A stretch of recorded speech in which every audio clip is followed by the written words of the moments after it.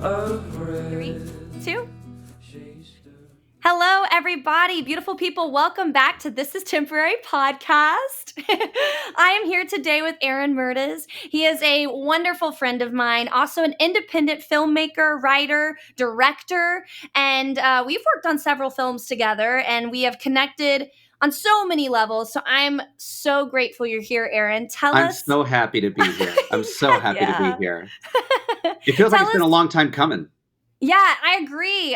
And this timing is perfect. It always is, you know? Yeah.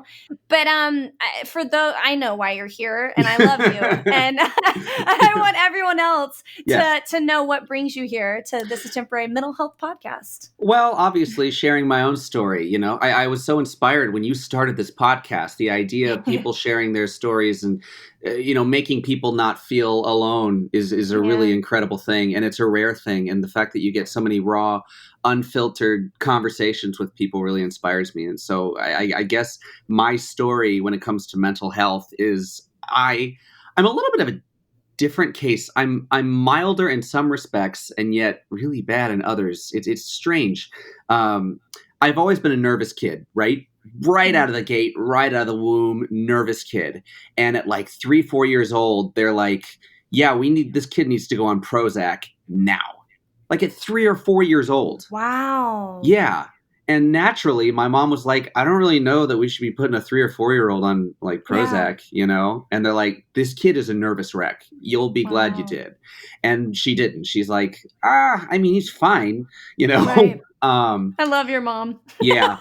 And she's like, ultimately, I want that to be a decision that he makes when he's old enough, Wow, So then, like, again, 7, 10, like 7, 8, 9, I really started to develop and show signs of phobia disorder, right? And I have a super intense phobia of vomiting, emetophobia, which is actually the 7th most common phobia. I didn't know that. And it's either. Yeah, and it's also the most common health phobia.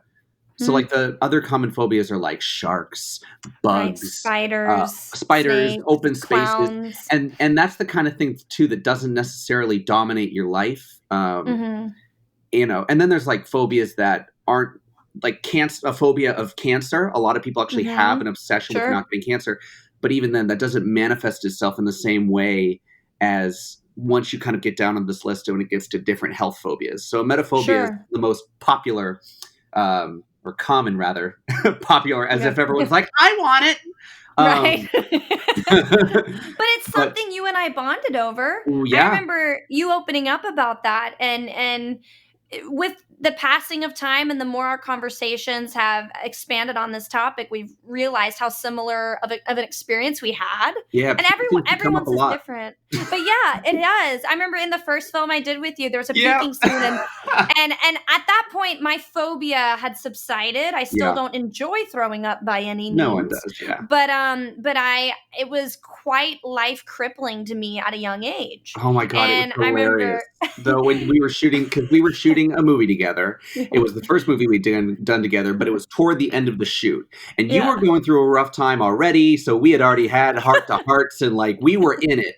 And we had this scene where you were throwing up. I write throwing up and vomiting into my movies a lot because it gives me power over it. And the more I deal with my phobia, the more like fascinated I am by the concept of vomiting, which is very weird. But I'm an artist. Right. I'm allowed to do that kind of thing. And I write horror movies, and vomiting to me is scary. So I like to try and make it scary to other people, which, whatever. But we're doing this scene where you're over the toilet and you're like, and after like 3 takes of this, I had to step out of the room. I'm like, all right, Chaz, you're going to have to get this last take without me because she's too good. And I'm sitting here worried that she's going to trigger her own gag reflex. Sure. Because you're committed. And when an actor is committed, they're like, yeah, if I throw up or if I break my arm, whatever. And I'm like, oh God, she's the kind of actor who would do that it. That was a communication error on our part, because little did you know that I've struggled with disordered eating, but I cannot make myself throw up. I can't. Really? I can't do it. Yeah, so I should have told you that I can sound like it. I can sound like it. I can't make myself throw up. I've tried. Trust me. I didn't know that. I know. That's a communication error on my part. That's so funny. But yeah, so when I was like 7, 8, 9, I started to develop like phobia disorder, and Yeah. that kind of turned into a general like hypochondriac situation. Sure. Hypochondriac, though, that tends to be when you actually manifest illnesses, Right, like a right. like a kid in med school who will start reading about a disorder and then manifest that illness. Sure. So I was less of a hypochondriac and more, I would just call it health anxiety. I heard that term, and I think that's a great Okay. term because that tends to Yeah. embody more what I was going through. So lots of health anxiety, vomiting phobia, and then I was just a generally nervous person. And they have a name for that. It's called generalized anxiety disorder, which Right. is really, really common, especially these days. I think our society breeds it. Yeah. So Yeah. always a nervous kid, always a nervous teenager. And then when I was 18, um, I know I was probably like 20. I was probably like 20, and I had like my first full on big boy panic attack, right? Because I had always had like episodes, but nothing where it was like I felt like I needed to go to the hospital. And it was like, Yeah. why do you need to go to the hospital? And it's like, I don't know. I was alone in a Yeah. hotel room in Los Angeles working on a movie, and I just was flipping out. And I had Yeah. never experienced anything like that. And So so was that your first panic attack? that was my first full on big boy panic attack. I Yeah, definitely had yeah. like It's episodes. terrifying. It is, especially to be alone in a state that I Oh didn't my. live in, Yeah, you're like sure that you're gonna die. I've You had are. several Well, and and I didn't know what it was. yeah. That's what's crazy. That's the thing is it's not something you uh it can present itself a little differently each time. And what it does with Yeah. your mind is it convinces you that it's other things because Well, your it brain also is jumping convinces you to that you've never assumptions. gone through it before. Right. Every Yeah. time I have a panic attack, it's like, but it's different this time. It's like, no, it's Exactly. not. Yeah. No, it's Yeah, not. you have to convince yourself with your mind to calm your body down. You're like Yeah. and that's kind of been my journey is like, my first couple of because 'cause I've had anxiety my whole life, but I've When did definitely you start had having panic attacks? well, anxiety and it's funny, it's harder for me to understand how to separate them in my past, like, in my youth, Mhm. because it all felt very crippling, Yeah. and kept me home from school Yeah. I know that. I know that manifested feeling. itself in different ways, but once I was, like, gosh, anywhere like 18, 19, and older, those are the ones that Mhm. stick out to me because 'cause they're the most recent, where Yeah. I was developing the, knowledge of terminology to Yeah. know what I was working with, how to place it, and what it was, and so, it was just chaos as a kid, and just real quick about the word hypochondria and Mhm. hypochondriac that you pulled up, I think it's so important along with the attempt to destigmatize mental health. We talk about words that people throw around, and I wonder for you because being a hypochondriac is a real thing, Yeah. and it's not something um, to shame anyone for. But No. I know for me as a kid, I certainly was. I mean, my dad Yeah. all the time told me, "Oh, you're Yeah. such a hypochondriac," and rolled his eyes and would diminish or invalidate my pain or my experience, and it taught me I couldn't even trust myself and my you know what I mean? You know And what it that my reminds me of is, so I grew up my brother is on the autism spectrum, right? So I right. grew up, my mom co-founded the Middle Tennessee branch of the Autism Society. I've spent my Oh, entire life, volunteering with people on the autism spectrum. yeah, And it reminds me of when in the early 2000s, late 90s, people started transitioning from the word retarded right. to, cognitively impaired or whatever Right. the specific disorder was.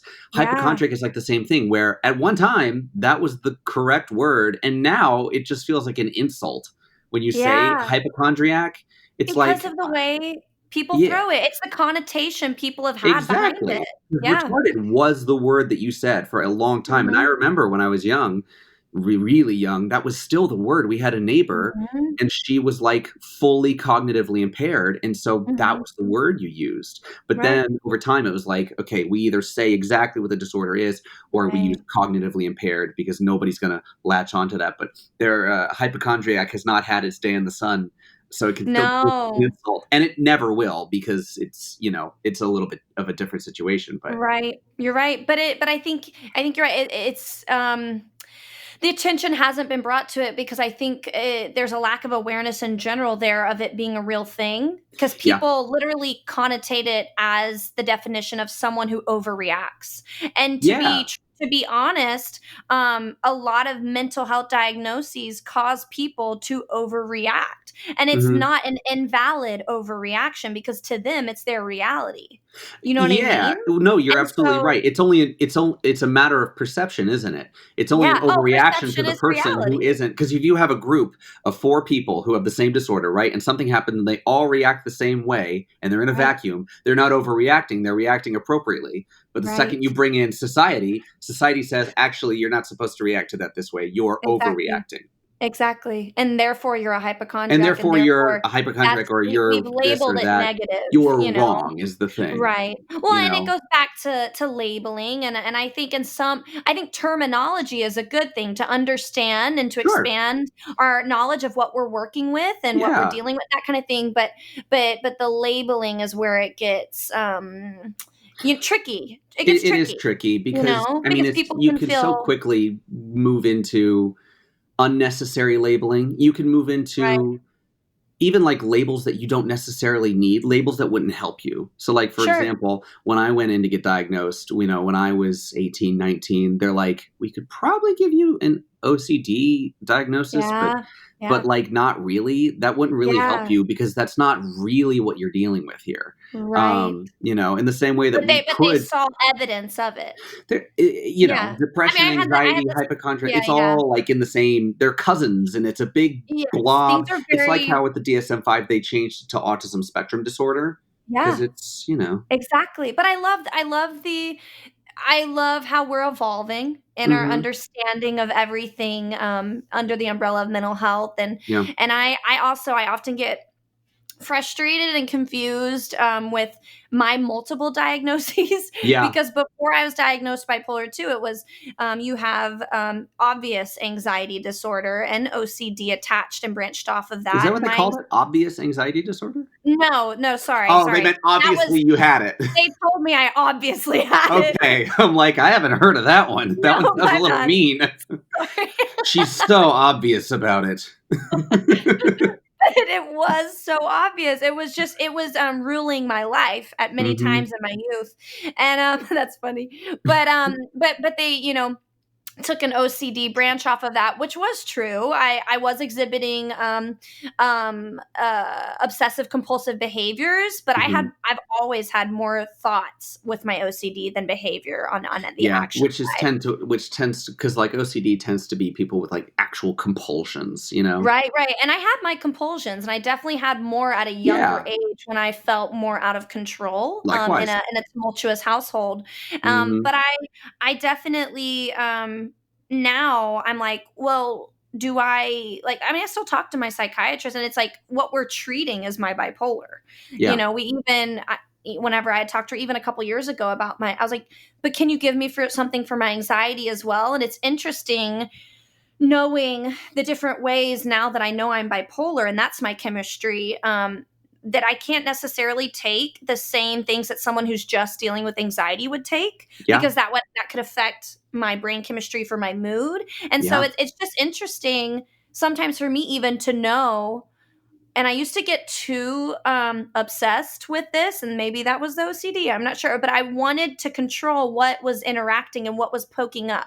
So I was like, "Is it my anxiety right now? Is it my You wanted obsessive to know side?" exactly what it was so you could Right. take control of it. Exactly, and ultimately, that didn't serve me either, even trying to, and not fully at least, because I got so obsessed with wanting to know what I was dealing with in that moment, Yeah. that I wasn't just releasing and accepting the circumstances, Yeah. and I was judging them, versus, observing them and Yeah. being able to go, "Hey, okay, this is what I have to work with right now. What can I do to help myself?" Yeah, You rather than know? obsessing over what it is, focus on a Exactly. solution. Yeah. And Rather just than even labeling the accepting problem, it. just looking for a solution. Exactly. I That's found a really lot of interesting. healing lately in trying not to judge everything and trusting that, Yeah.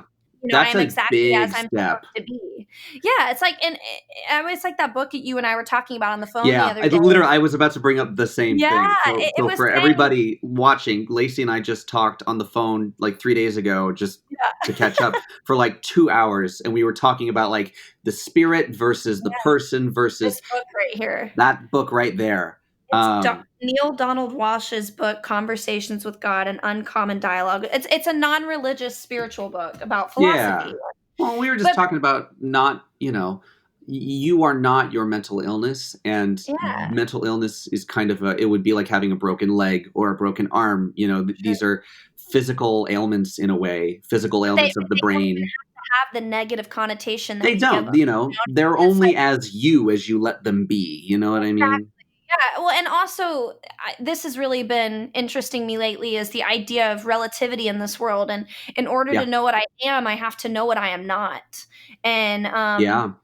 and in order to know who I want to be as I'm creating myself each day, I have to experience things to know how to react and to know what choice moving forward I want to make in response.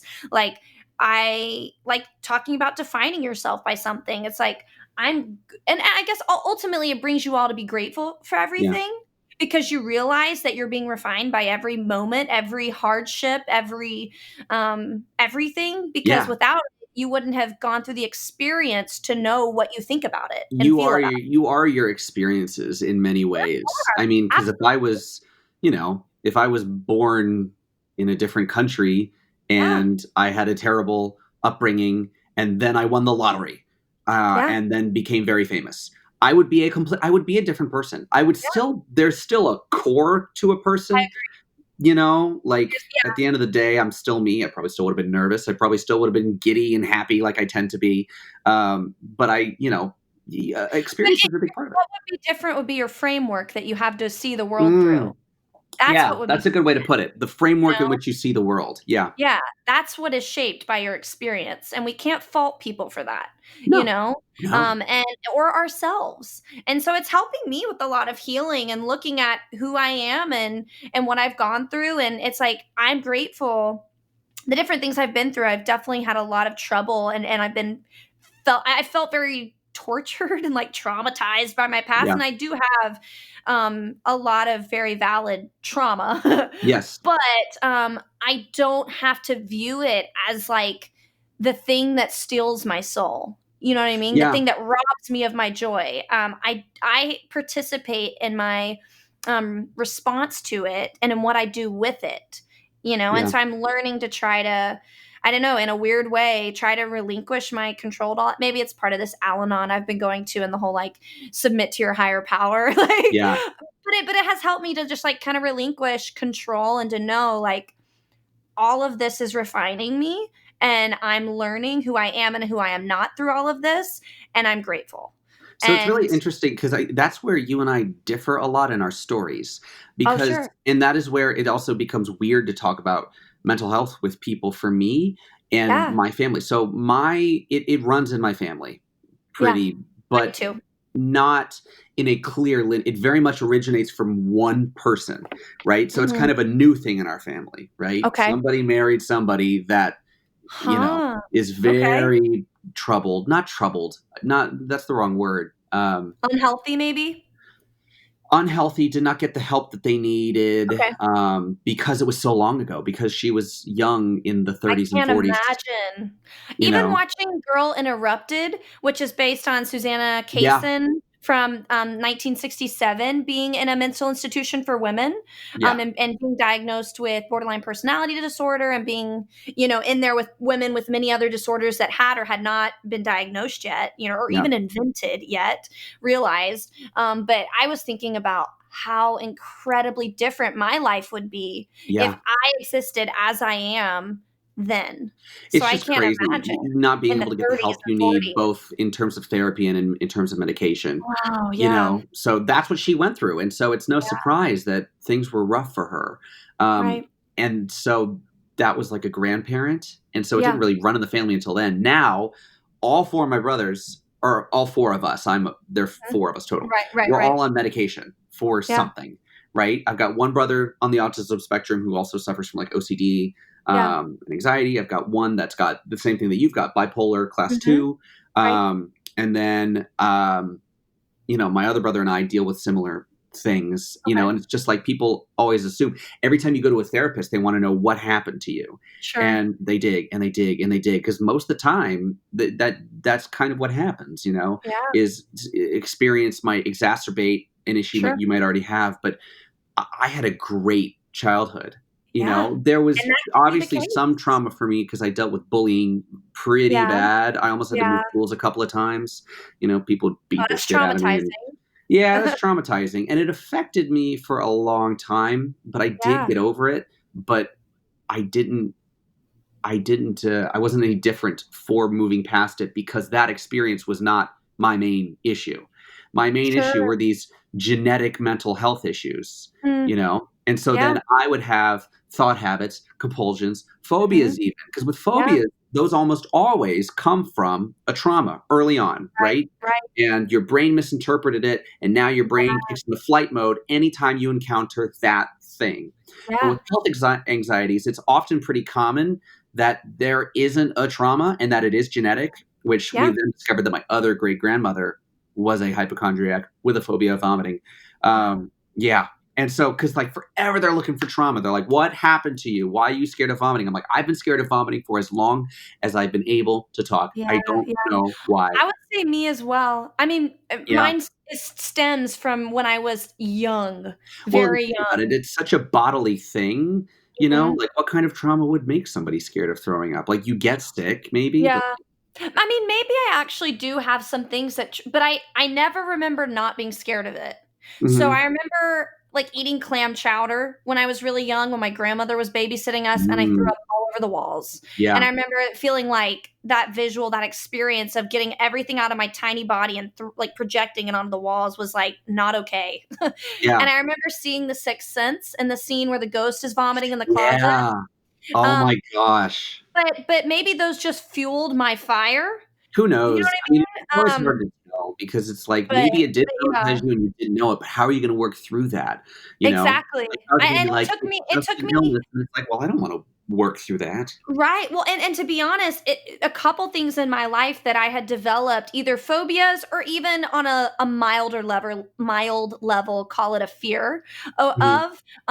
I worked on getting over by going through it, and even my throwing up. I remember in fourth grade, I threw up so much. I stayed home from school for like a month. And then I Wow. remember another time in middle school where I threw up a lot, and these were anxiety induced throwing up. It wasn't just throwing up because I was sick. Yeah. It was like I was so scared of throwing up that I would throw up. I would See, work myself up. that's really interesting because so what happened to me, another big piece of my puzzle was I would have terrible stomach pain, right? All through my Mm, childhood, yeah. terrible stomach pain, terrible stomach Do you issues, no still? vomiting. Okay. No, Okay. no vomiting, just terrible stomach pain, which of course ramped my fear up that I was going to get sick. Yeah. And they thought it was heartburn. They thought it was ulcers. They thought it was Crohn's. They thought it was celiacs. Like Wow. they went through the gauntlet. They thought it Huh. was IBS, all this stuff. And um, it's interesting. I listened to an interview with Bo Burnham, Yeah. the comedian, and he Yeah. was talking about this. And he's like, I realized one day that I was just so damn nervous. Yeah. And that's what it was. And I got on Zoloft, and all of a sudden, my stomach was like under control. My migraines were under control. And Wow. serotonin is made in the stomach.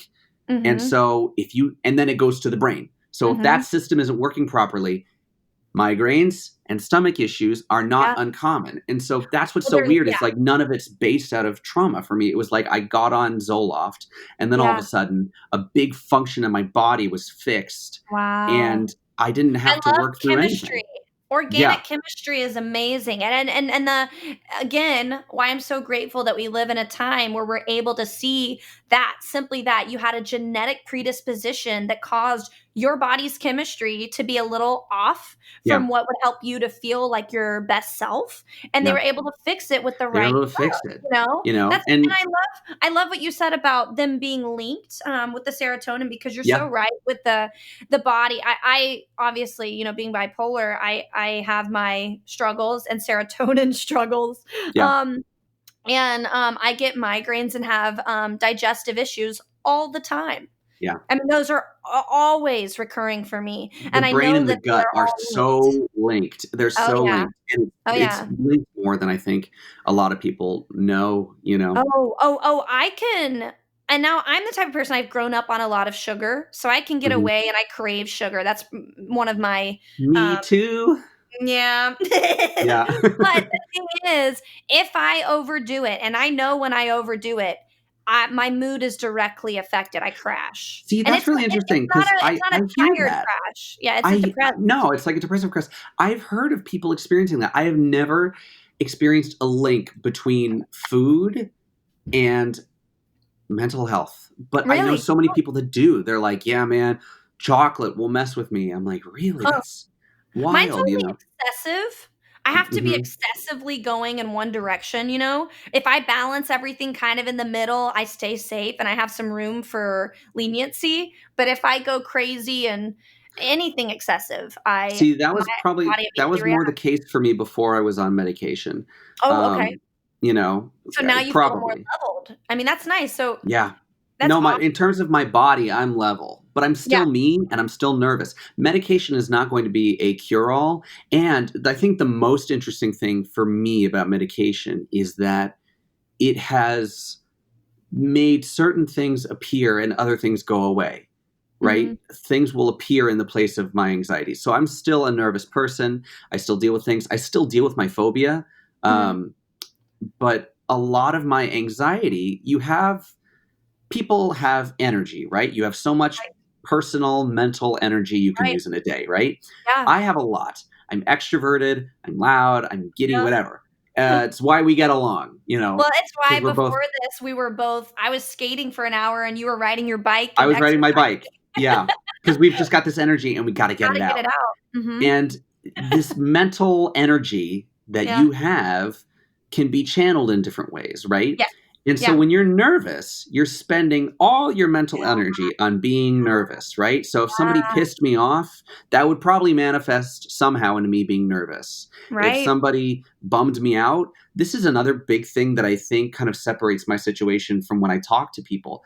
I'm a giddy, happy person. I don't get I mean, I get sad. Everybody gets sad, but Right. like I very much get like normal people normal. I mean, you know what I Right. mean by that. Neurotypically sad. Right. I've never dealt with depression. Normally anxiety and depression are sisters, but for me, it's Right. always been on the anxiety, high energy, OCD kind of neighborhood of things. Right. And only to find out, right? I go on medication, I level out. I have all this mental energy, and when somebody pisses me off, all of a sudden I'm getting pissed off instead of getting nervous, you Huh. know. And It's so the I'm anger dealing with all these. instead. Well, and a temper runs in my family, and Sure. Okay. I've never dealt with that. But now that I'm got my anxieties kind of organized more, Sure. I More find that manageable. more manageable. I Yeah. find that a lot of my negative emotions will manifest themselves as anger.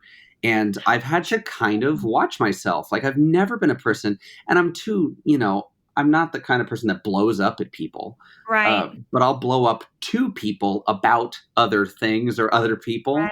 Yeah. and I'll just go on these rants, and it's like, whoa, where is this coming from? And I'm like, I don't know. I've never really been angry like this before. Yeah. you know it's really weird. And then on top of that, I'm such an energetic person. It would always funnel into anxiety. I'd wear myself out by the end of the day. Yeah. Now I literally had to start researching, do I have ADHD? Like, Right. I'm so high energy and I'm so, but I'm not able to not I can focus just fine most of the time. So I think it's just like getting used to this kind of differently organized brain that I have. That's interesting you bring that up. Among the other things I was diagnosed with at a younger age before bipolar was ADD, ADHD. They go together. Yeah. At least when you're receiving a diagnosis, it was for me. And I've always found that exercise for all things mental health, my Yes. psychiatrist has always told me for all things mental health, but especially with my extreme energy, which now we understand and label as more of the hypomania or something. Well, what's But it funny? doesn't take what? I all I can think about is us being spastic on set and you being like, I have to do push-ups, and you would drop and do push-ups or whatever, or you would run, or it's like I swear, like on set, it's like having a bunch of puppies where I had to let everybody just tucker themselves out. But you're very good at trusting the people you work with and making sure that you bring on people you trust, because Yeah, you allow people to do their thing, and by having that freedom, we all work very well together in our we own. do. Yeah, But you're right. I on set am I've been working as an actor forever, it feels like, and I know what I need. yeah, And it's funny, like I said, the terminology has come within the past couple years, but before even that, I understood in order. I was my own stage mom. I understood yeah, Lacey needs to go on a run before this audition so that yeah, Lacey can focus. You yeah, know what I mean? And we'll get the best attention span and energy out of Lacey if blah blah blah. And it's funny, but yeah. it's true. It's like It's learning absolutely yourself, true. and ultimately that's what's helped me. It benefits us so much to have a diagnosis, and if you need a medication to supplement, amazing, and therapy, Hmm. awesome. But ultimately, it's knowing yourself. All the Yeah, things we talked about is you're coming to these self realizations, even when you said you were given, because I've experienced something similar to you in my own way, where once your anxiety was more manageable, something else popped up. yeah, And for me, it was, well, once my bipolar was more manageable and I understood my episodes better and what to do in case of XYZ, yeah. then my anxiety popped up again and was like, hey, we're going to deal with me now. And I was like, Hmm.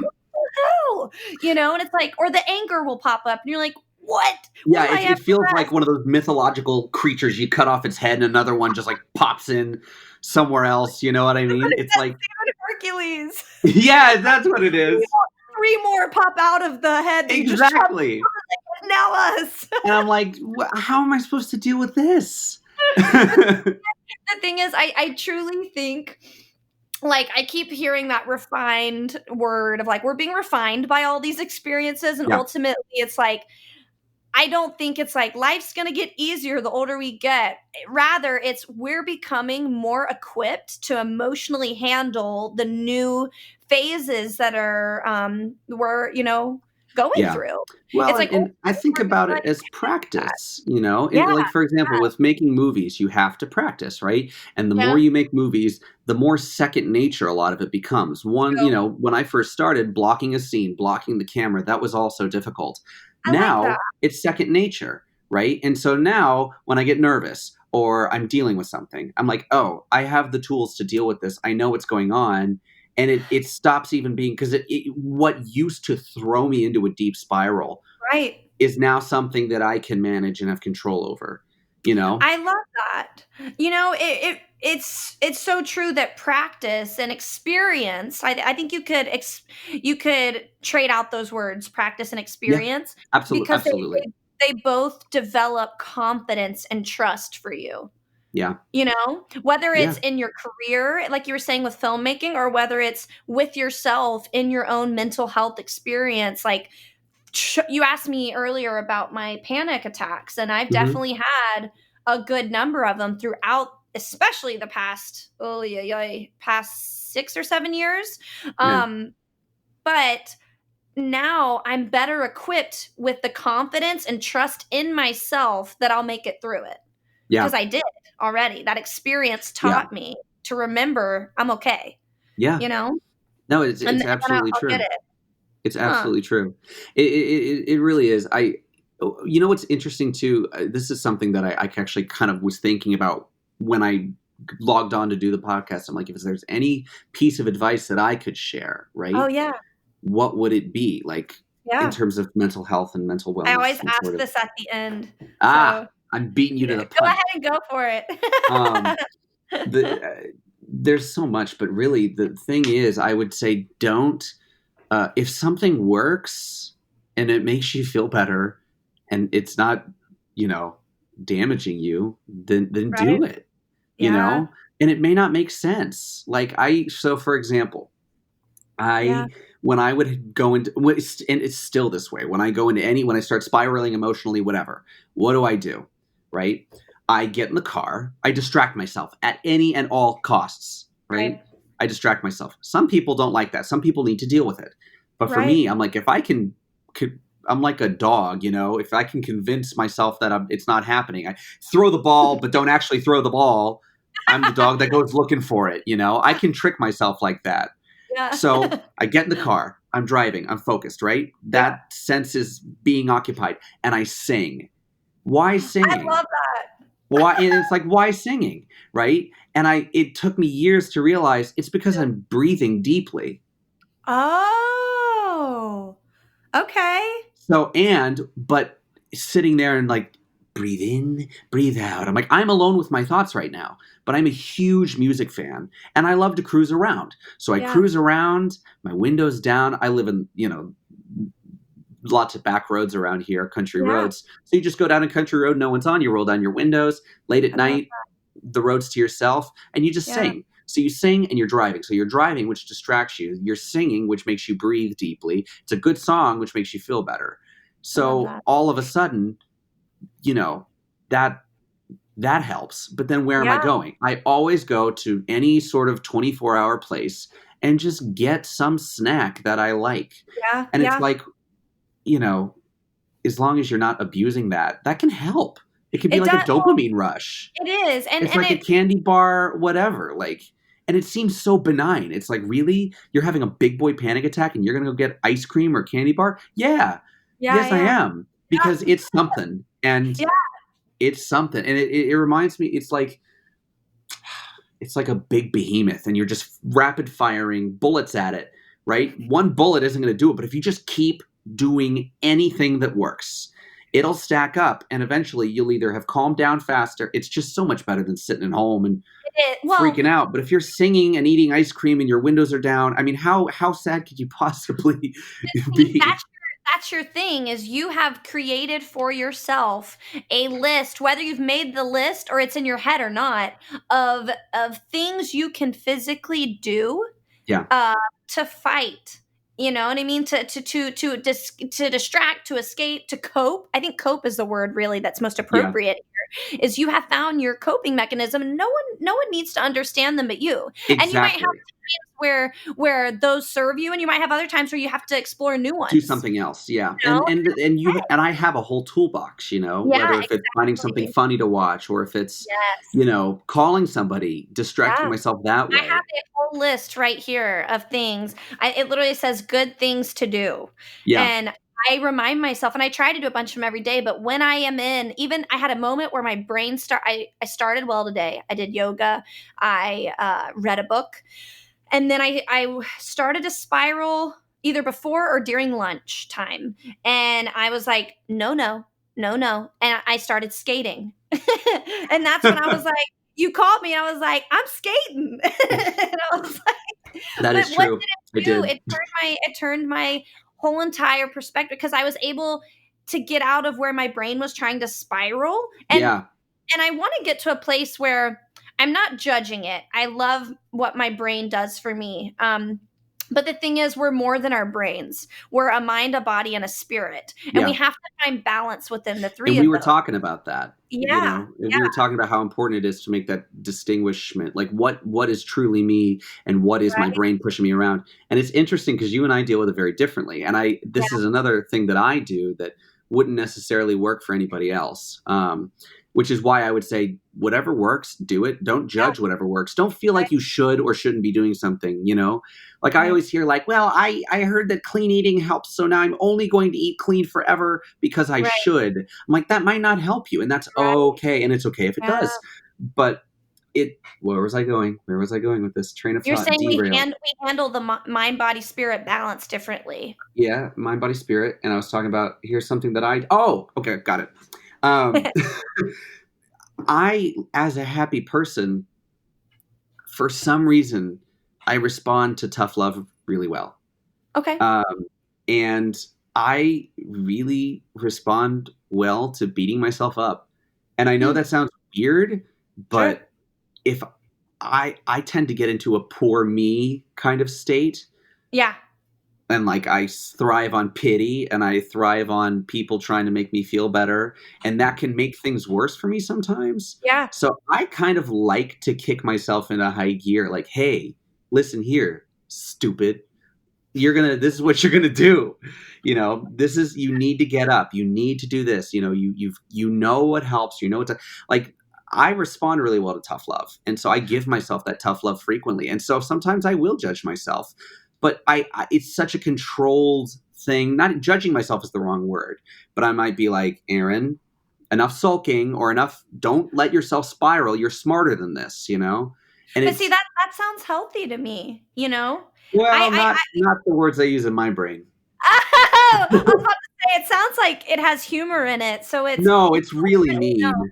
It's Okay, really okay. mean. It'll be like, Aaron, you fucking idiot, you worthless sack of shit, get up, you know? Like, and I'll be like, yeah, I should probably stop sulking, or I should probably, you know, Well, or maybe I'll I have punish a myself like a question. dog. I'll be like, no, no, no, stupid fucking no. Redirect. Like, redirect your But fucking I thought have a pattern. You're smarter question. than I have this. a question to challenge your challenging of yourself. Mm-hmm. Are you using that language, do you think, to point out to yourself what you do not wanna be?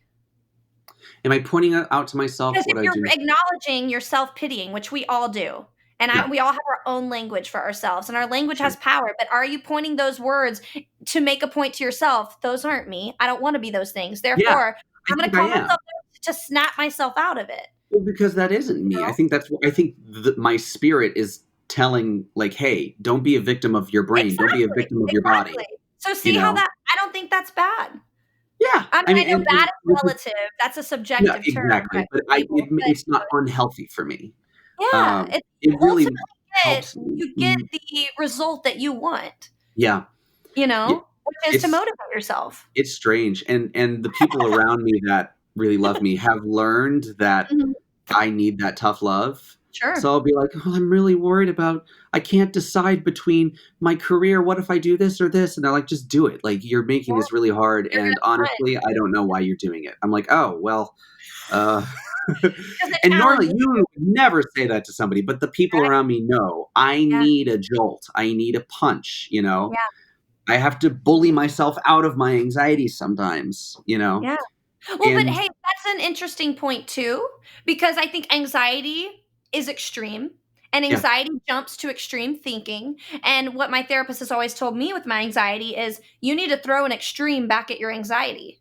You need to Mm, give it the opposite extreme and put that in your face. And then you'll be, you know, give me an example. you'll be faced with the reality of both of these sound ridiculous because they're both extremes. So the I reality see. exists somewhere in between. I see. You know, when Where you're so you know what worked that up reminds about me of? You know what that what? reminds me of? What? This will steer us nicely onto the topic of COVID-19 and Oh god. dealing with it mentally, because that's hard Yeah. and everybody deals with it differently. Yeah. But when COVID first started, Yeah. I I'm a germaphobe, right? Everybody, I think, expected me to lose my shit. Yeah. But I'm not worried about my respiratory system. That's not on my list of health anxiety. I'm very Yeah. much concerned about certain parts of my body, right? Yeah. Like, I Right? obsess about maybe my hearing or my head and my migraines or my stomach or like Yeah. muscle pain. Maybe I'm, like, oh my Yeah. God, losing my mobility, whatever. Yeah. Um, respiratory, for some reason, not on my radar. So COVID didn't scare me. Sure. Um, but it scared me at first. It scared everybody at first because at first Right. it was like, yeah, we're all gonna fucking die. Yeah. That first week, and I freaked out and I fed into the extreme, and so I went to Walmart and I bought a electric stove top, a bunch of dry food, and all this stuff so I could cook in my bathroom so I wouldn't have to leave my bedroom and bathroom for the next 6 months. Oh my gosh. And I was like, and as soon as I brought it home and took it out of the box, I was like, what the fuck is wrong with you? This is as dumb as going out and licking handrails, you know? It's that extreme thing you were talking about where it's like, But it's relatable to a it lot is of relatable. people, you know what I mean? We laugh about it because we feel it, you know what I Yeah. mean? I get Yeah. it. But yeah. Yeah. COVID, I didn't handle it too well at first. I got a grip on it pretty quick, Yeah. but But it, nobody knew. We have never I dealt with didn't something like this. So you know. are we were all pioneering what it is to experience a pandemic. Yeah. Like, Well, and I made a mistake of watching Contagion that yeah, you night. did. I remember you posting that and I was like, I don't think it'd be good for me to watch that though. Nope. Nope. Though, granted, what's crazy is that movie got just about everything right. Like, it's Really? crazy. Yeah. Especially watching it now when we know what it is. Because in the movie, the death rate of the virus is like 30%. Okay. Um, but so there are things that don't apply, but almost everything, I'm like, yep, yep. They even talk about social distancing and all that Yeah, crap. Um, but at first with COVID, I was super nervous like everybody else.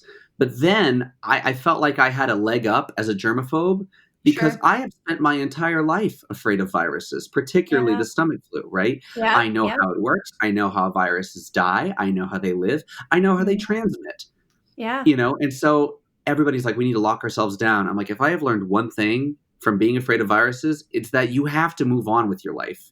They're Yeah. everywhere. Do you know the stomach flu kills 20,000 people a year? Hmm. Yeah, I did. yeah. The Had you flu kills like had you had it? 50,000. The stomach flu? Yeah. Oh yeah. Okay, Oh I yeah. figured I because I had it. So what's funny, here's another funny thing that kind of helped me yeah, wrap my head around my phobia. I had it in 7th grade. And I remember being like, this really is not as bad as I was fearing. sure, And then 3 sure. days later, I'm terrified of it again, right? Yeah. Then it happens again in when I'm like 19, except I read somewhere that vomiting is a function of the brain. The brain is like, hey, we need to get rid of unhealthy things. Yeah. So I thought if I don't move, I won't vomit. And I didn't. I laid there in pain for like Yeah. 4 days because if you can't get rid of it, it's Yeah. going to last longer. So I laid there in pain and didn't move for like 4 days, but I Wow. beat it. And I was like, so it is a choice. And it was really Mhm. awful, Yeah. just pain wise, sitting there. Like, would I really rather have just laid there in pain than just Yeah. purged Yeah. myself? And then I got sick again on election day, which Okay. felt so appropriate. Yeah. Uh, to be watching Donald Trump has won Florida. I'm like, hold on.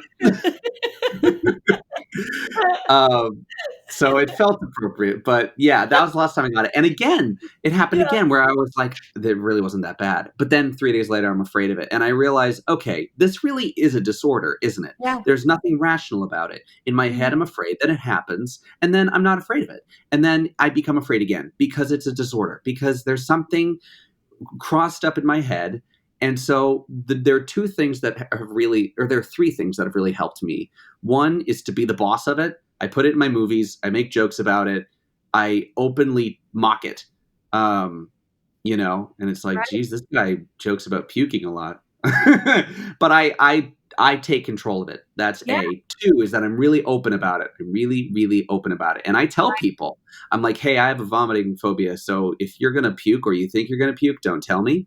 If you just puked, don't tell me. If you feel Right. bad and you want to tell everyone, I don't feel good, please tell me why you feel bad. You're like, oh, I Right. feel feverish. That's fine. I'm not worried about you feeling feverish. Or it's like, oh, Right. I have, AIDS. I'm like, great. I'm not worried about that. Like that doesn't concern me. Right. It's if your stomach hurts. And if your stomach hurts, why does it hurt? But Yeah. but like I said, you're probably better off not telling me. I've just Right. been really open about it, and that has helped so much. It's actually funny. I went on vacation, a 10-day vacation out west with my whole family, That and looks then so oh amazing. my god, it was You were like amazing. Bear Grylls, Oh, it just was adventuring amazing. the wild. It was the first vacation where I was truly free of my travel anxiety. I've always had bad travel anxiety. I think it's because you were just in the expansive wild and nature so much, do you think? I think that was part of it. I also think because I mean, how nervous can you be in front of those mountains? Like, really? Right? Like, You're just like, you "I'm just so feel small." so, yeah, I'm so small, but it's so zen. It's like, Yeah, wow, you just feel connected with the earth in this like yeah, spiritual way. But I, absolutely. I also think that, you know, I was just at that point. It was, I've just come that far. Yeah, Because I love that. I was always so panicked about what if I get sick when I'm there? What if this? Also, the COVID thing has actually kind of helped me because now Wow. sanitation measures are better than they've ever been. People Sure. are wearing masks, everything. I'm like, this is how I'd like everything all the time. You I'd like know, everyone to be this, I would hygienic like everybody to and be this cheerful. hygienic. You don't Yeah, got to run around with masks forever. But like the whole true. like we sanitize every time somebody leaves. I'm like, you didn't do that before. Yeah, no, They're it like, does make you go, "You weren't washing your hands before?" exactly. So I'm like, hey man, there's never been a better time. But I think I'm just there mentally, but anyway, so I'm on this vacation, and on the last day, I overhear my brother talking about he just started a new medication. One of the side effects is heartburn. Blah blah blah. He was Mm. talking about how he threw up the night before the trip, Oh, and I overheard it, and that was 10 days ago, so I wasn't worried about it because I right. know the gestation period of the virus. I know how it's contagious. I know how you catch it. I know all that stuff, so I wasn't worried. But he was like, "Oh, I'm sorry, you weren't supposed to hear that." And I'm like, I'm really glad you didn't tell me that on day one that you threw up the night before because Yeah, that would yeah, have really put a damper on things. And yeah, I have things to cope. That's still the hardest thing to cope with though, because you can't yeah. just go on a drive. You were still exposed potentially to a virus. Well, and that's where your brain, and that's the part of disordered thinking, is Yeah, that because it's not your rational. your brain obsesses over that one thing, and the more you try to not obsess over it, the more you obsess over it, and so Yeah. and that's why I always go back to what you were saying about finding your coping mechanisms that pertain to action, because Hmm. action is truly, for me, the only way I can get out of my own head in my own way, I you think know? I think starting to work out was the most significant thing besides medication. Like medication, exercise. Yeah. That right there, that's got to be at least half the battle. Dude, exercise. I mean, my psychiatrist, I can't tell you how many times now we meet on the phone, but Yeah. when I met with her in person, she would always like end each session with like exercise. That's the best thing you can do for yourself. Yeah. And it stood out to me because it was so obvious to me on the days that I was exercising how much more manageable my anxiety and moods were, you know? Yeah. It's weird how I stumbled upon exercising because I didn't have a therapist. Therapy for me has always been an interesting scenario because therapy helps you work through things. Sure. Um, and when you have nothing to work through, what help is therapy? I needed medication, and then I needed experience, and I needed to understand myself. And a therapist never really gave me that. Well, it makes sense. I mean, different things work for different Oh, people, absolutely. and people, there's so many. That's what I love about the way life works. There's so many different There's ways so to many get different to ways of the going same about things. conclusion. You know what I mean? Which is To why I get would to the say same never, I would feeling, never to same feel bad answer, about what works for you. Because I remember feeling right? bad, like, I don't know if it's healthy for me to not be going to therapy like this, No, but I like to do the why lesson with myself, or the why challenge, I guess. I don't know what the word is, but I will tell myself, like, if I'm feeling, bad about, I should be going to this, or I should be doing, or whatever. yeah, First of all, should's a stupid word, but yeah. because it tells us we're something other than what we ought to be, and we're not enough as we are, which we are. Even I in this like moment, we that. are. I like that. Pause Yeah. really quick because I like that. I don't use the word but because but Okay. negates everything that you said before it. That's not a Yeah. mental health thing. That's just like a No, but little it could adage be. I heard. It's a life And I'm like, thing, look, Lacey, you're really amazing and you're a wonderful actress, but I just but don't know. Exactly. Like it's like, excuse me? it's so Um, southern. it's like, well, it is very southern, isn't it? It's Um, like, oh, bless her heart, you know? bless her heart. But But no, should, you're you're right. right. Should, Should is ought also a to, bad word, they are, unless you really should be doing something. but they're cognitive distortions. There's a long list of them. You can call them ants, automatic negative thinking, but Yeah. basically there's all different types. Catastrophizing, comparing yourself to others, mind reading. There's so many, but should statements is one of them. But bottom line for me, when I start feeling like you were saying, in relation to maybe I should go to therapy, I feel bad that I, or whatever the context is for each person, I Yeah. go, why do I feel that way? That's Why do I feel brilliant. I that have not way? heard And that, and and I if you need keep that. asking yourself and That's a genuinely great give yourself tool. the answer, then when you have that answer, ask yourself why to that one, and then get to the bottom of it. If it's a thought that's grounded in fear, then I don't think it should apply or hold weight. If it's a thought that's grounded in love, okay. So let me see how I can move forward with this and work my way around it, and give life to it and see what serves me here. But if it's grounded in fear, fuck it. Hey, You know? Lacey. What? That's amazing. I've never heard that. That's a great Right? tool. Ask yourself why 7 times to Yeah. like to chain answer to a certain thought, and you'll get to the bottom of it, and you'll be like, "Oh, That's wild. you know?" See, Well, yeah, that's great. I learned something new. I'm sitting here like, wow, huh. Anyway, how I And you learned to exercise helped. no, the point is, I think you know yourself and you know that you have a soul that is loving and adventurous and good and of course those are relative words, but it feels good and it's based in love. And so if something Sure. is trying to hold you back based in fear and you can call it for what it is, then you can know not to participate in it anymore. You have a Yeah. choice. It helps you be responsible for the way you navigate moving Yeah, forward. anything that gives you control over your mind, and your body and your soul. I'm all about freedom. I mean, we were talking about that Yeah, concept. exactly. That's Anything your that gives you word. that control. Freedom is Yeah, my current word, but it freedom is and your control are word. the same thing.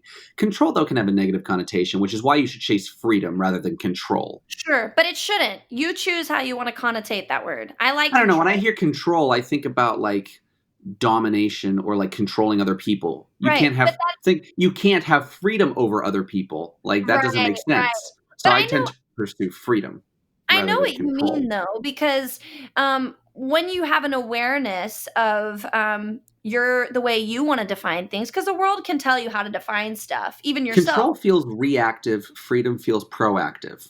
Ooh, If okay. something is happening to you, you want to control it. If your environment is messy and you want to clean up, you're controlling it, right? But if you go, staying clean gives me the freedom to move around my apartment, right? Yeah? That's an Huh. interesting way to think about it. That is an That interesting is. I'm gonna concept. have to sit with that one. Me But I too, because I said it without thinking about what I said. too. But I think I love yeah, I'm gonna have to sit on that one before I can fully develop my thoughts. But in addition, I Same. I think don't know. I think control is something that we've neglected for a really long time. And maybe control could be synonymous with participation and what we've Hmm. participated in. Hmm. I think humanity has more participation and control over things than we like to admit or realize. And when we don't realize it, we neglect the responsibility we have. Mm. Do you know what I Mm. mean? Yeah, that's a good way to look at it too. Think about like the things that you have control over and the responsibility we have to Right. Because that's where control blame those comes things. from. Yeah, You yeah. know? We neglect responsibility or we can't accept it, and so instead of taking control, which could be a positive thing, and it gives us the power of choice, which we Mm. have, to change and to better things, instead, we blame others, and we shame others, and we judge others and ourselves, Yeah, and it's not fruitful, it's not serving, you know? yeah, Especially concerning mental health, because there's yeah, so much of that tied up in the realm of mental health and the way we talk about ourselves, our minds, what are our conditions and disorders. And it doesn't have to be such a negative or scary thing. It's like it's a good thing that we have responsibility, yeah, that we have a choice, and then it's good to acknowledge what parts are out of our control, you yeah, know, so that there's not that weird shame. yeah. Getting rid of that shame and getting rid of that stigma in your own head is such a Yeah, huge step. That yeah, was it is. another huge step for me, is Yeah, destigmatizing mental health myself, yeah, right? Because so often we talk about, yeah. others should be destigmatizing mental health. But Right. I'm like, have you ever actually looked at yourself and been like, am I stigmatizing mental health of others or Yeah, myself? yeah. Because I'll stigmatize my own mental health. I'll be like, you should be acting this way. You shouldn't be acting Oh, this way. trust me, I feel that. Well, and on top of that, I think too, it's okay to like certain aspects of yourself and understand that that is a consequence of your um, mental differences from other people, Yeah. right? The reasons I excel creatively, I think, are the same things that drive me crazy. The Mm. reasons that I can pull a story out of thin air are also probably the reasons that, I spiral, go Well, into and emotional here spirals. here's my challenge to that too, because I'm doing this to myself lately. Hmm. Um, are you judging the latter options you gave yourself, like what drive me crazy or what spiral me emotionally? Are you judging those with like a negative connotation? No, I wouldn't say that. I would Okay, say, well, here just I because would say that I would say that I was, yeah. but then I've come to accept this is how you work, and it may be uncomfortable, it may not be fun, and you may want to learn to cope with it. But Mhm. these things are their opposites are beautiful things Yeah, that are abilities. Like the opposite of spiraling emotionally might be empathy, right? sure. Because you have such empathy for others and have an Yeah, emotional depth that yeah. maybe others are not fortunate enough to have. But And as a that result, one you're sensitive emotionally. One person says one thing and you yes. spiral, you One know? extreme cannot exist without the other, you know? Yeah. So for And so I love that that's something you obviously, not only accept, but find the beauty in, like you said, because yeah, that's been my recent I've always said, yeah, I'm grateful for my bipolar because it's taught me how to be a better actor, to be a better compassionate person, but I only took one side that I appreciated. But now I'm learning to be grateful for and to not judge the parts that I used to hate. And why did yeah, I hate them? That's where I did the why exercise of why do I hate this? Well, because the world tells me happy people are the people that need to be seen and talked yeah, to and not depressed people. Why? Well, because and it became so much an answer about fear-based reasoning developed from outside opinions, not from yeah. myself. And when you're dealing with mental health issues of any kind, that's probably the most toxic thing you could do. In Yeah. fact, this was something else that I wanted to talk about that really affects my mental health. This is probably the thing that I struggle with most Yeah. currently. Granted, I feel like I've made a major stride in it very recently, Okay. probably the most major stride, but interacting with society and with Okay. culture via the internet.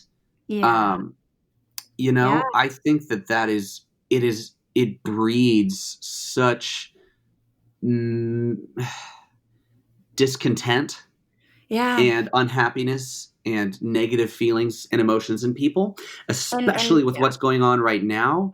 And Yeah. there's so much of the culture online is if you are not involved in this, you are a bad person. Right? Right. If you Yeah. don't go to a Black Lives Matter protest, you are a bad person. If Sure. you don't wear a mask, you are a bad person. You know. Now, Right. granted, there are things that you probably are better off doing, and there are things that are helpful for you to be doing. But also, there are things that you Mm. shouldn't let people pressure you into doing. There are things that you can believe in. It's so much more complicated than the black and white that they put out there, right? Right. It's like Right. maybe I don't want to go to a rally because I'm doing something. Maybe I'm scared of catching COVID. Right. Maybe I'm afraid of it getting violent, or maybe I just don't want to do that today. Maybe I'm having a bad day. You know what I mean? Like maybe I'm dealing with other shit right now. Sure. And Sure. then on top of that, as somebody who's worked in the disability community their entire life, it's Yeah. always like, why this issue? Like, people with disabilities have been fucked over their entire lives. They don't get the services they need. They don't get the health care they need. They don't get the Sure. resources they need. That's an issue, but I Yeah. can't be passionate about that issue. I have to be passionate about mask wearing, or I have to be passionate about gender rights or whatever. Right. The internet Oh, paints this ideology, and it for someone who's anxious, it's too much half the time. it And is. I It is. spiral really quick, I do really, too. really quick. I do too, and being an extreme person, I Yeah. overinvest my emotions and my Well, we're empathy. empathetic. We're Yeah, yeah, empathetic artists that I do, want. what I've learned is my empathy without action is, self-serving, or not even Yeah. self-serving because it doesn't make me feel good. My empathy without action is just kind of an overwhelming clusterfuck of Emotion, emotions. yeah. It's Yeah, exact well, and it's emotion exactly what we were talking about something having two sides, where being empathetic is such a powerful thing, right? But then let's say, let's make something up. Giant sharks are running around eating people in Zimbabwe, right? And you mhm, have empathy for those people and their giant shark yeah. situation. But since you can't do anything, all now that you're stuck with is a Or bunch of if you negative choose emotions. not to do anything, then yeah, That and that's you know? and that's what's also a funny thing about it Yeah, is there's always something you can do, right? Which yeah. means but you can't do something for everything all the time. You have No, limited and resources, you have it's limited not money. I don't think it's your soul's or any one individual soul's calling to do everything. You Yeah, know, it's like ultimately, it's a beautiful thing to care. It's a beautiful absolutely. thing based out of love, to want to do something and to feel for others, truly feel with others. But you know what issues or things in the world speak to you most. So Exactly. that's where your attention is best spent, And it's and that's okay where that your you're most action productive doing a certain things. Like it's exactly. okay that I'm, oh man, Well, all and my just resources know, are even with fighting.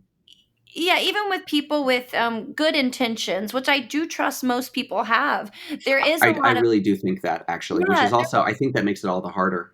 it does. And it's good to be aware, because a lot of times people can be like, "Oh, before this I wasn't aware of that." It's good to Yeah. know, but you have to find that Yes. balance of realizing what is in your control and what isn't, and what is your calling, what is your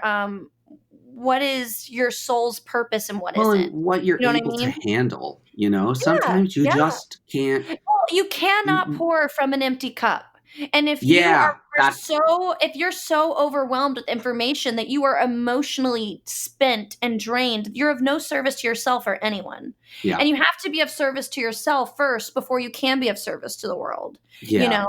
So It's a little I bit like the adage about relationships, where you have to know and love yourself before you can know and love others, and sure, truly be in a functioning right? relationship. I feel like it's the same thing with society. You can't, the less functional you are, the less helpful you are to society. Like, just focus Yeah, on you take first care and of your you. health first. Exactly. Because if you're just one big anxious mess, which I have plenty of times been this year, I've been of no service, and I've just been in my own little self pitying anxiety ball of emotions. And Yeah. those emotions have energy that can affect. And I want to let those, especially the ones with the good intentions, I want to cause and effect, Yeah. good things in the world. But I can't if I'm limiting myself and inhibiting myself you Yeah. know? So I agree. For me personally, my simple answer to that is I limit my engagement online. Same. I Um, That's what you have to do, because yeah, I hit a point with it where I just went dark. I'm like, yeah,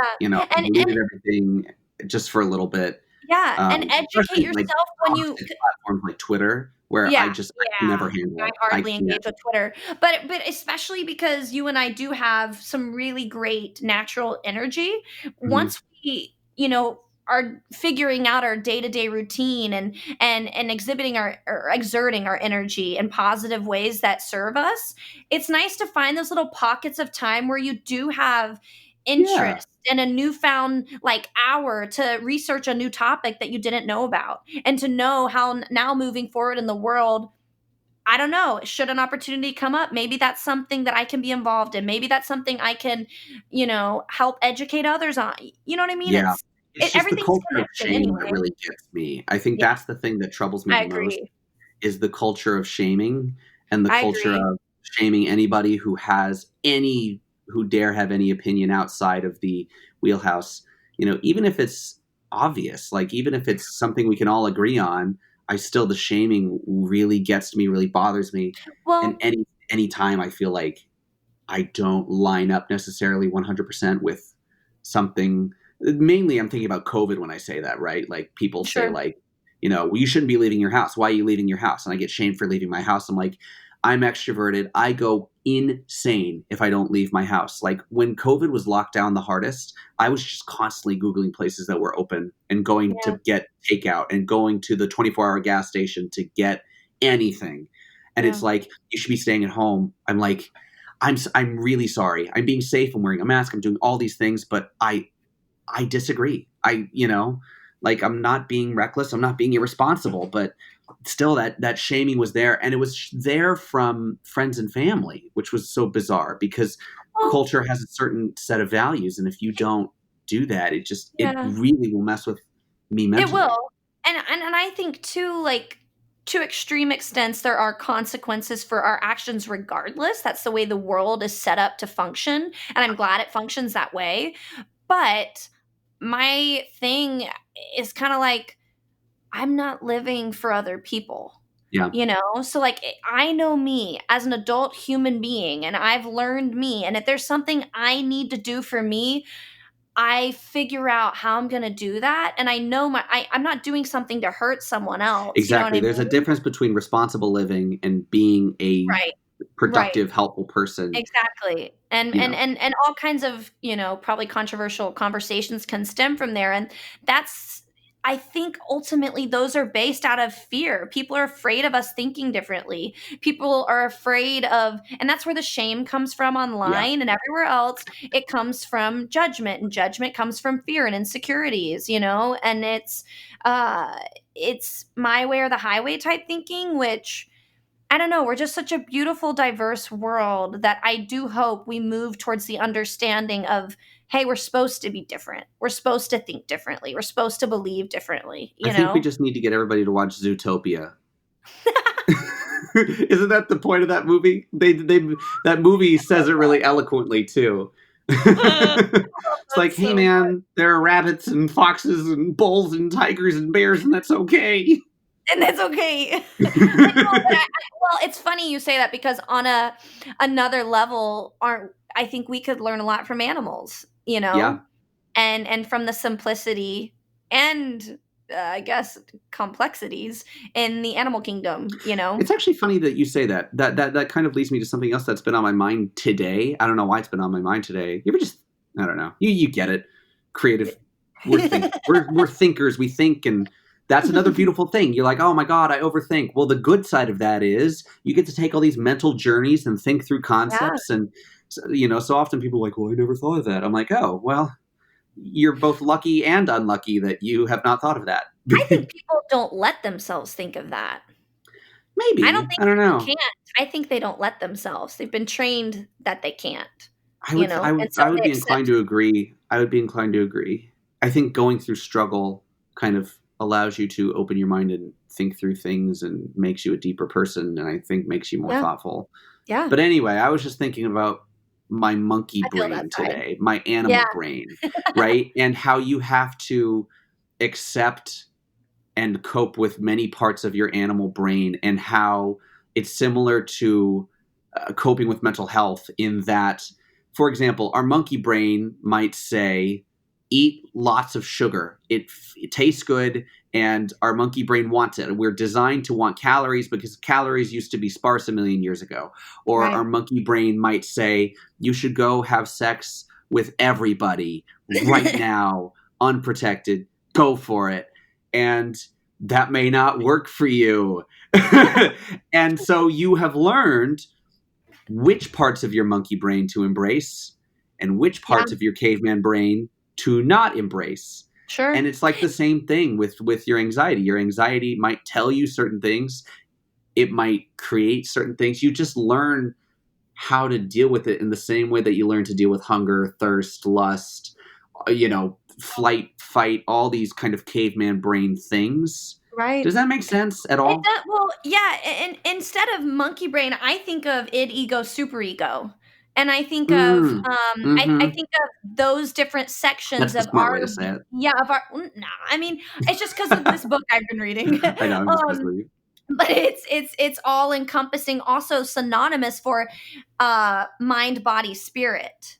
You know, id, ego, Yeah, superego, I think is synonymous for mind, body, spirit. And the bottom yeah. line is there are all these parts of us.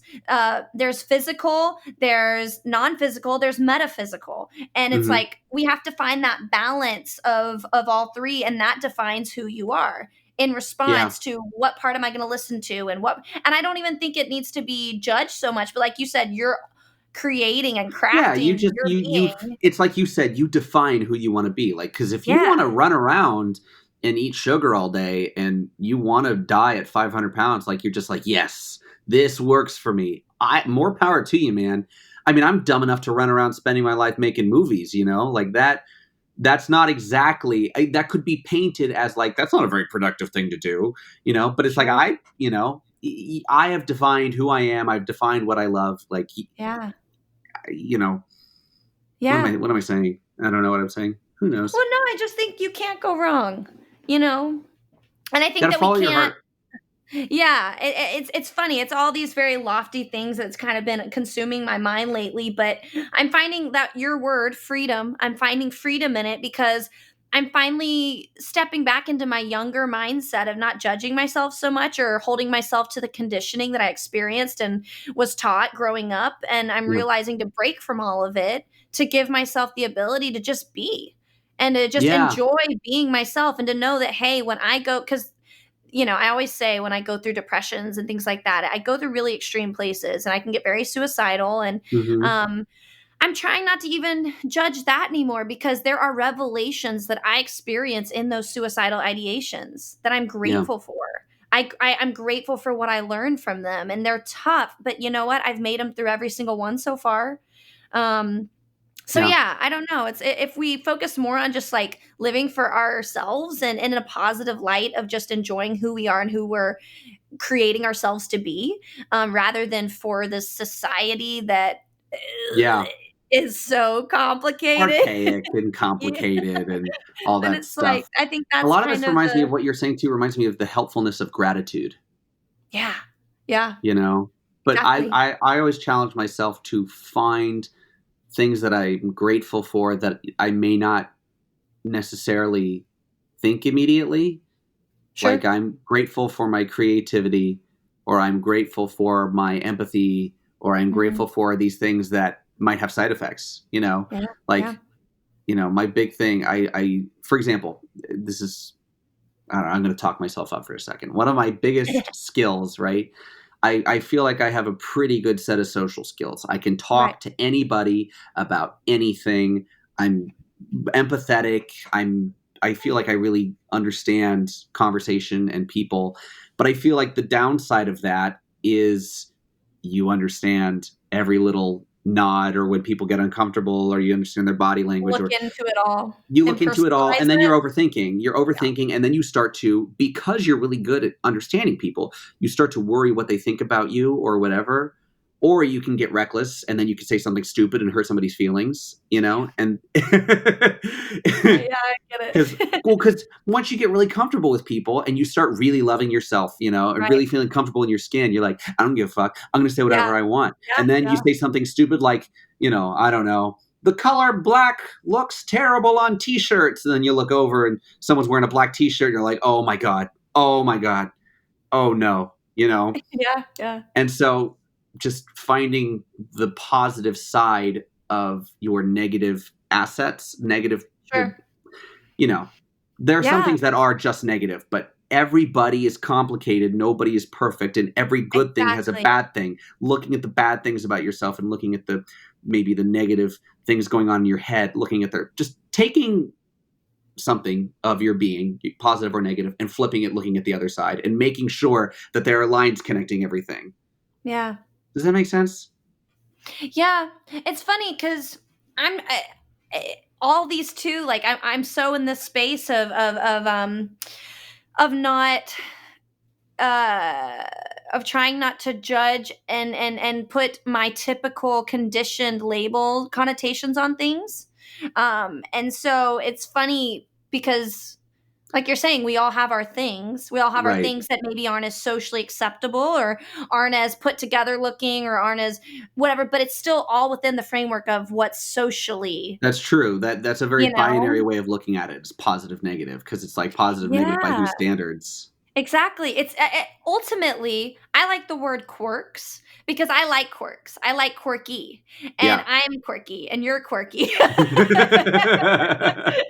And it's cool because I think we get each other. You know what I mean? And I We think do. people um, that find a lot of freedom and openness and have good, genuine intentions, they get it. If you do something where you might, by societal terms, put your foot in your mouth, Hmm. I'm not going to be phased by you and knowing who you are and your character by Yeah. something small like that.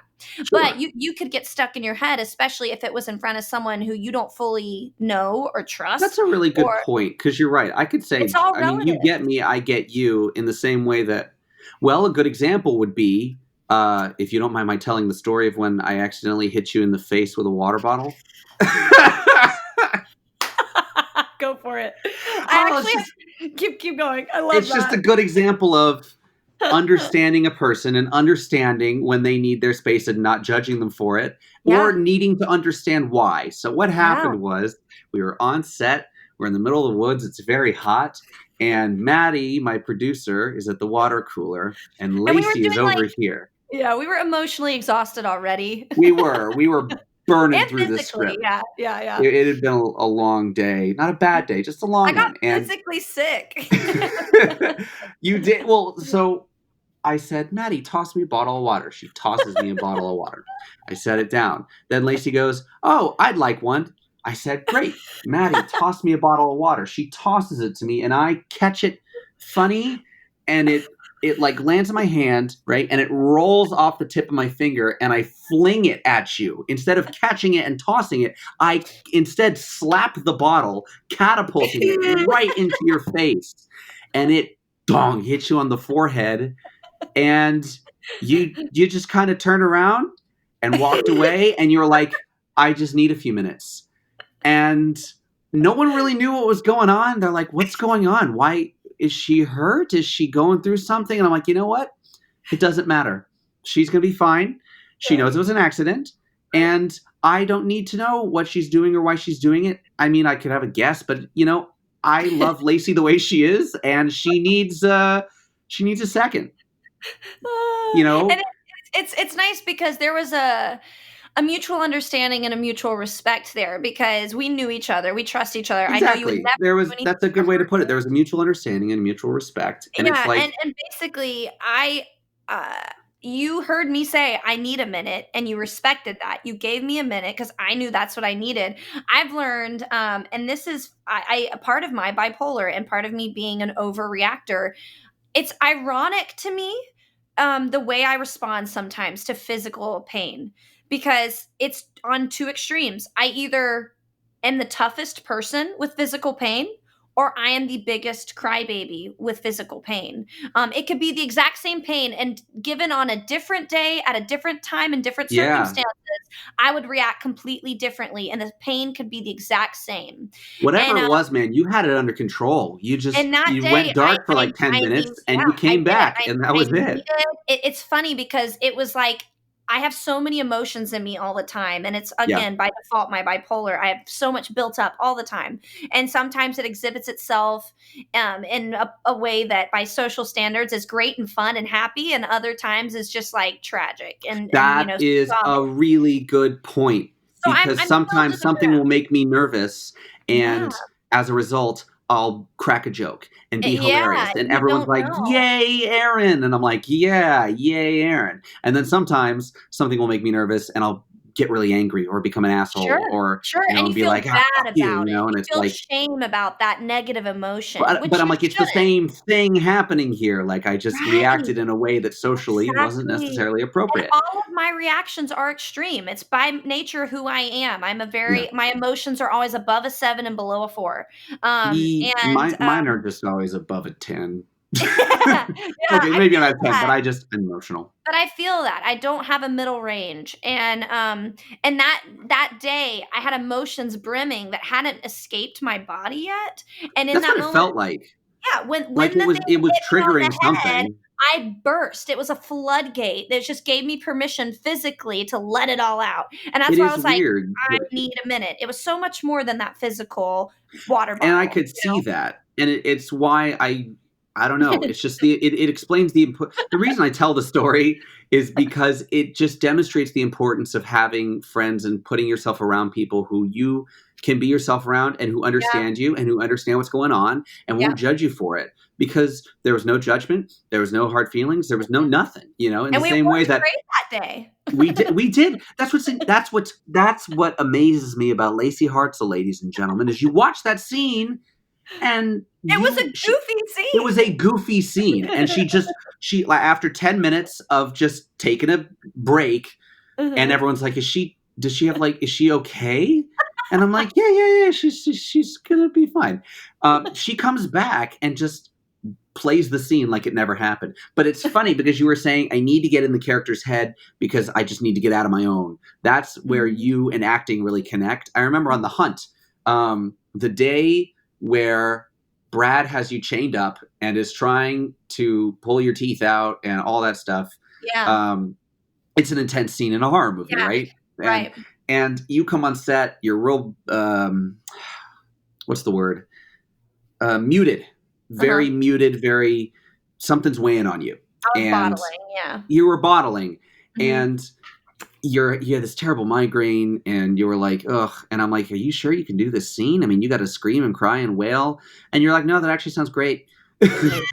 And I'm like, all right, put Lacey in the chains. And so we had the plastic chain thing around your neck, chained you up, and Brad's like got, his pliers in your face. and you're going for it. And then between takes, you're burping and farting and laughing and making jokes and all kinds of shit. And Was I I'm farting? like, no, farting. My dad says fiddle farting around a Oh, lot. And so okay. I sometimes when burp I like use the term, crazy. The there farting, have not been so much. every Maybe actor I've worked with has behind farted in closed front of doors. me. Every actor that I've worked with has farted in front of me. It's just part of it. You're getting emotional, your body, and then, but you were burping and you were laughing. And I'm like thinking, I don't get it. And I don't think I It's need my to. healthy escape. It's great. It's It's great. my You joy. use it as a channel. I don't know. I guess the reason I tell that story is, again, understanding and accepting the people that you're with, not feeling like you have to understand them, just accept them. And I would actually Right. say, I would challenge people to do that with everybody in their life. You Mhm. know, sometimes if something doesn't make sense, it's probably not your fault. Like if they blow up on you for no reason, or if they're really quiet for no reason, it's probably not you. And the best thing that you Right. can do is accept it and understand it, because you don't know what's going on in their head. And especially Right. when you get close with people, as you do when you make movies, you Mhm. know, it's like, oh, hold on. My sweet mother is calling me. Decline. Sorry, mom. But my mom understands me. My mom is like my go-to. She doesn't She's judge. She doesn't question. She just lets me vent. Um, awesome. so just I don't know. I just exercise, medication, and understanding from the people around you. That right there is definitely half of it. I love that. Exercise, med, and understanding. So, as we wrap up, you already Yeah. gave us your advice. So, what are your final parting thoughts? My final parting thoughts is that I love that you're doing this and I'm inspired by you, and it's really fun to be on one of your projects instead of you being on one of mine. It's like, oh boy, I get to give back. I get to help you out. But I guess my final thoughts would be, um, well, I don't know if anybody could learn anything from my rambling. It's just that. Don't be afraid to ramble. Don't be afraid to voice I what's like on your that. mind. Don't be afraid to just say whatever you're thinking, for better or for worse. That would be the biggest thing, because like communication. If you're Yeah. feeling bad, just be like, I'm feeling bad. Yeah. You can give as many or as few details as you want, but I find that bottling things up never ends well. Have you ever heard somebody go, "Oh, I'm so glad I bottled that up and didn't tell anyone"? I've never heard that. Uh, Even the I, bad things when they release, again, we're connotating them bad, but uh, getting it out is like, that felt good, positive or you negative. know? Imagine you get some great news that you Yeah. just won the super awesome person award, Right. and you decide to bottle it up and tell no one. You wouldn't Yeah. bottle up positive Right. emotions. You're Why would you right. bottle up negative emotions? I Exactly. there's a bit where John Mulaney is talking about how relieved he is to be dating a Jewish girl, right? He's Uh-huh. like, it's so great. Jewish girls will just tell you what they're thinking. She'll be like, my stomach hurts. And then we go from there.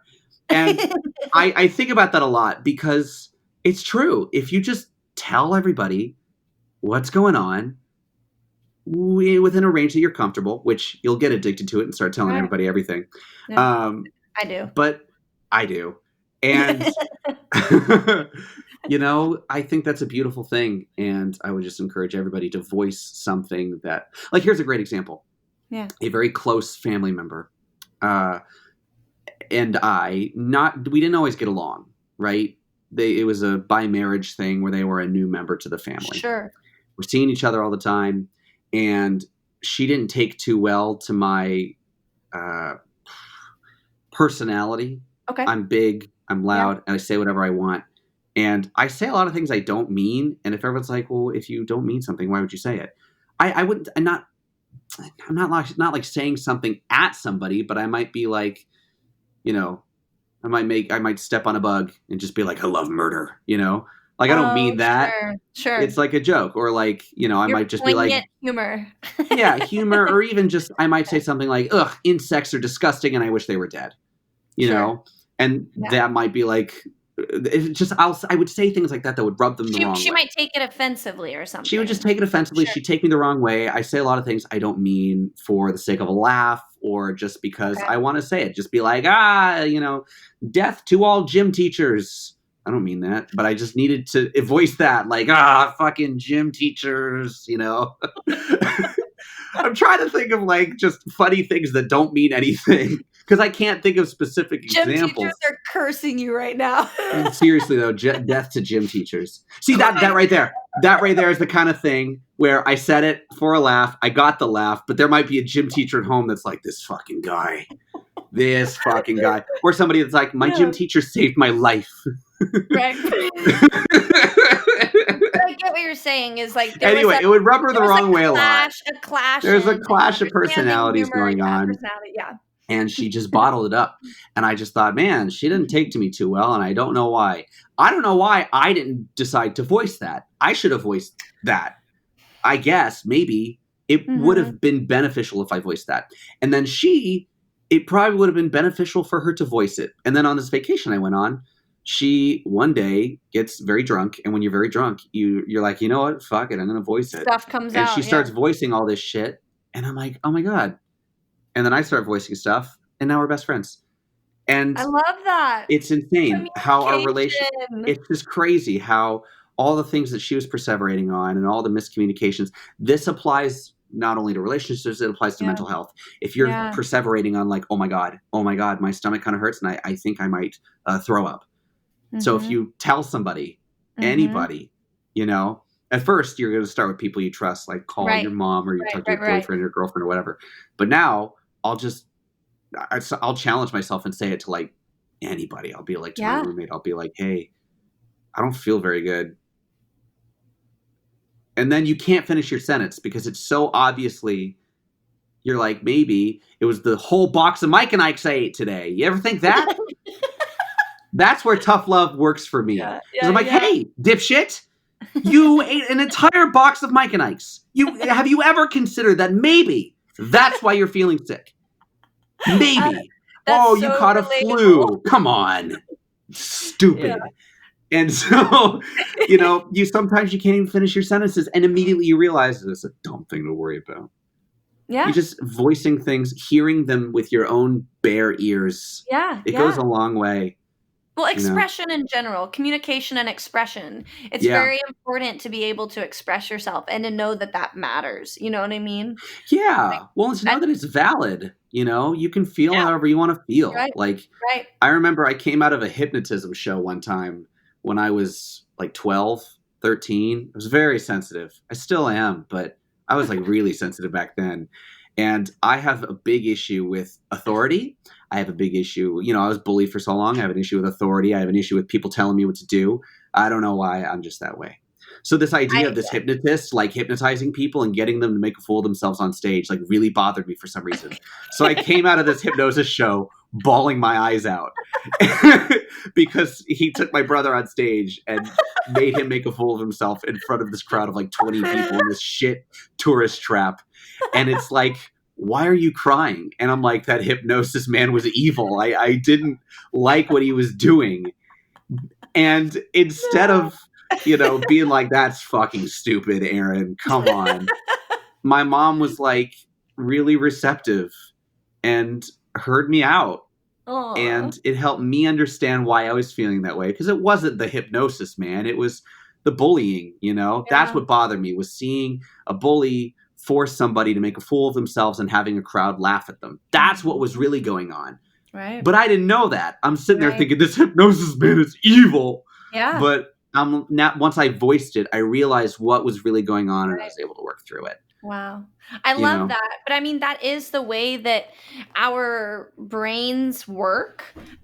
We take, everything we've experienced and we reflect it and project it rather on everything in front of us. Well, and thoughts are abstract and we think they're in English, but they're abstract. It's why you can learn a different language and just start thinking in a different language. Or when people are bilingual, it's like, what language do you speak in? They're like, none of them, all of them. Our languages, our thoughts are not in English. And when you put them in English and hear them with your bare ears, you understand them in a way that you would never understand them before. Mm-hmm. In fact, here's a fun overshare to end things. Another funny overshare. This is great. Sometimes when I'm going through a tough time or I'm trying to make a decision or creatively I'm trying to figure something out, I will put on my headphones that have an obvious microphone on them and bike and have a fake phone call. Oh, I've done that.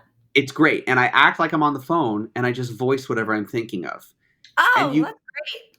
and you just talk to yourself. I love that. Throw in nice little pauses and agree with your head, and I go all out.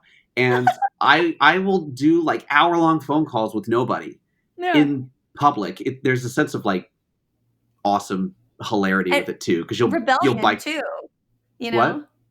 There's a sense of rebellion in that. There is a sense of rebellion in it, to I run like around and see people see you, and you're like, they think I'm on the phone. it. I But tricked them. it's just insane how powerful it is to hear your thoughts, and it's Mhm. powerful to hear how rational they are. And when I was going through that panic attack, talk about coming full circle, when I was going through that first panic attack that I was talking about at the beginning, how I managed to get out of it was I talked everything through until Wow. I understood what was going on. Because I Hmm. could have, if you sit there in it, what progress are you going to make?